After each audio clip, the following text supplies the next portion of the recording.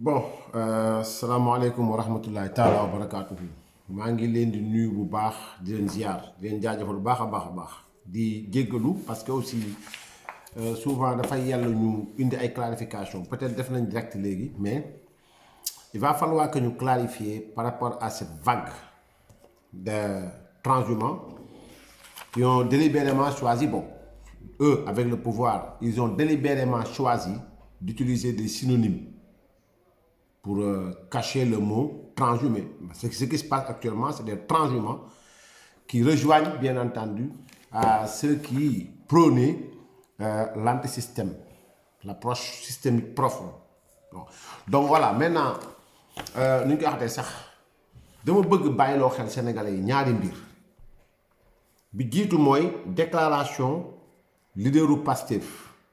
bien avant tout cela première déclaration non deuxième déclaration ñu déglu discours comment dirais-je njiitu réew mi démb ma bëgg ngeen may ma nopp Ousmane Sonko bi mu njëkkee génn dafa def 2 points bi jiitu mooy le foncier beneen bi mooy affaire reddition des comptes le foncier bañ ko yëkkatee seetlu ngeen ni am na koo xam ni fii ci ñu doon joxe suuf ci la bokk dem na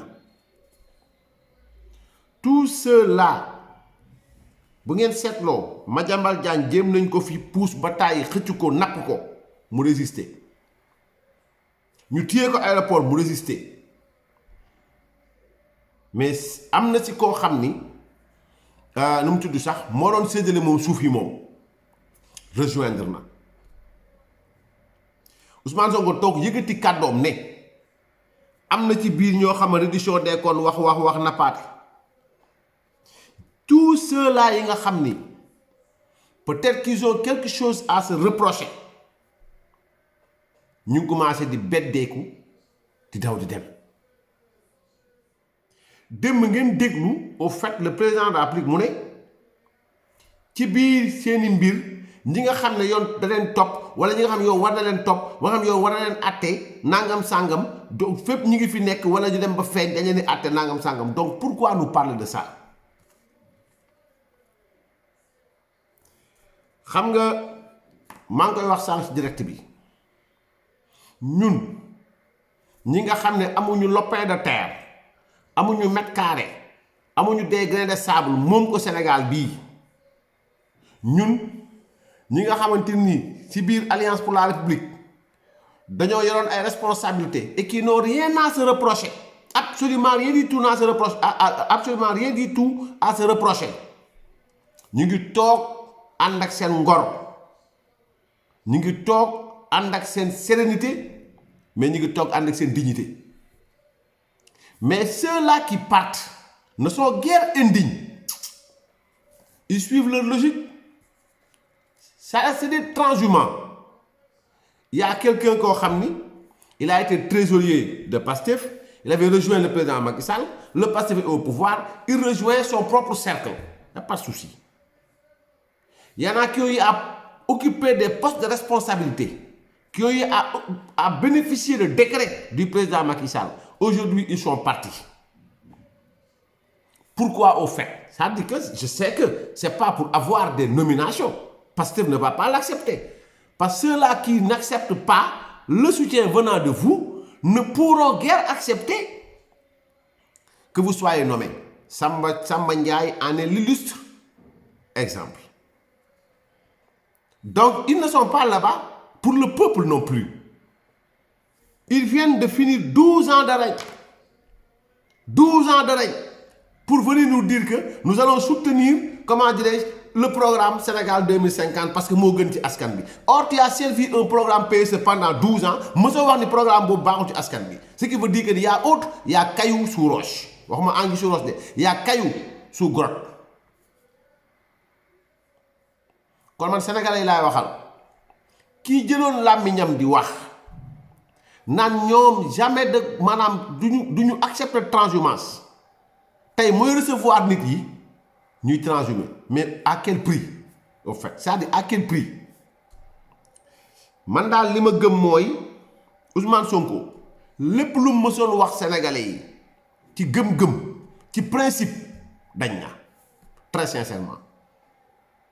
Voilà un leader de Pastef boo xam ni il n'a pas de principe campagne moo commencé nag mën nañ tàmbali. Voilà un leader boo xam ni il n'a pas de principe. Il avait dit jamais de coalition def na coalition. Il avait dit que ni si on devait dem ànd ñi nga xamante ni ils sont à l'origine de notre engagement politique nous serions pire que.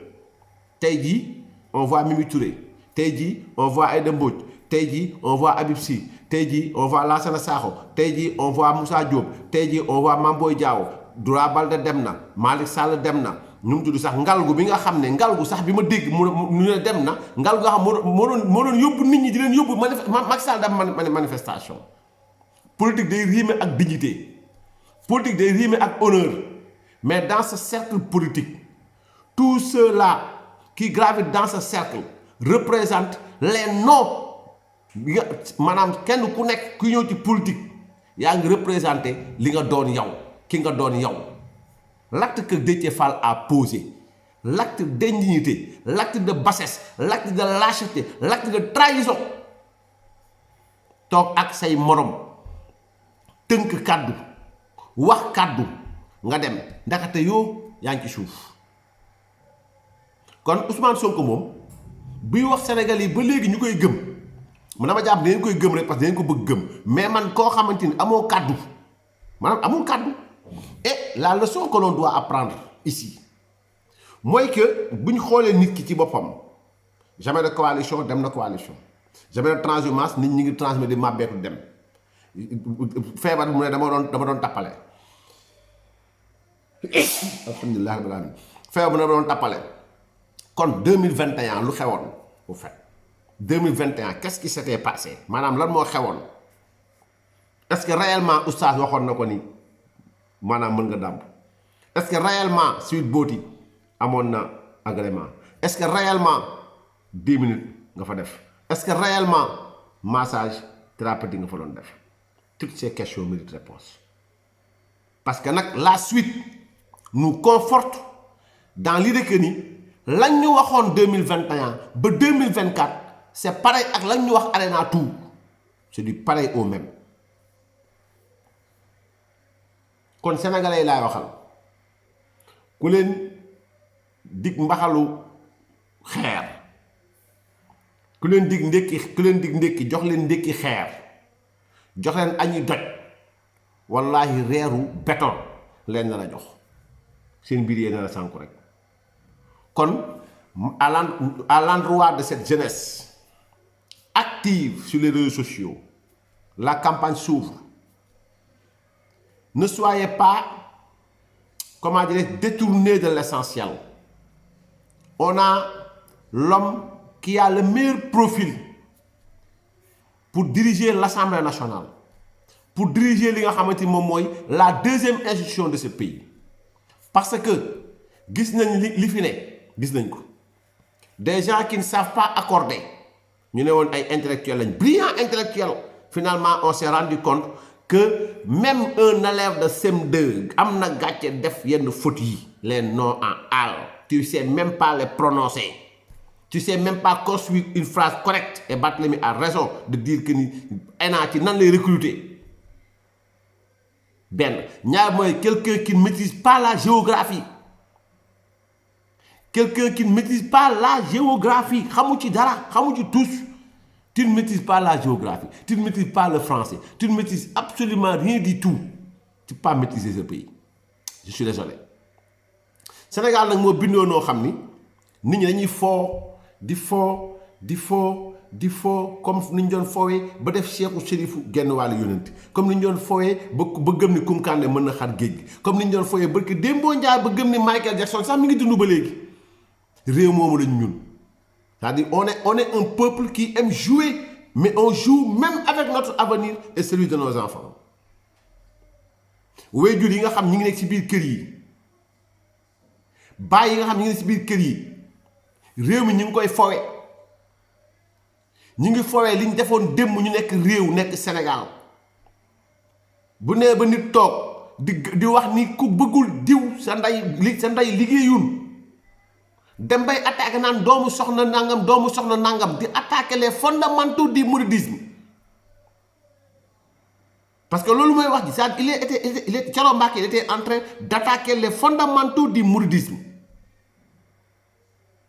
au nord on a survolé vos difficultés on n'a pas daigné poser pied ba xam li ngeen di dund à l'est c'est pareil kon le 17 survie Sénégal la le 17 ñi nga xam ni gëm nañu ne ñoom bëgguñu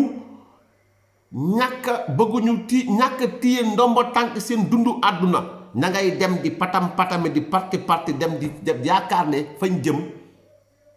maanaam fa la ñu war a mën a teddee ñooñu seen teddaange bopp moo leen intéressé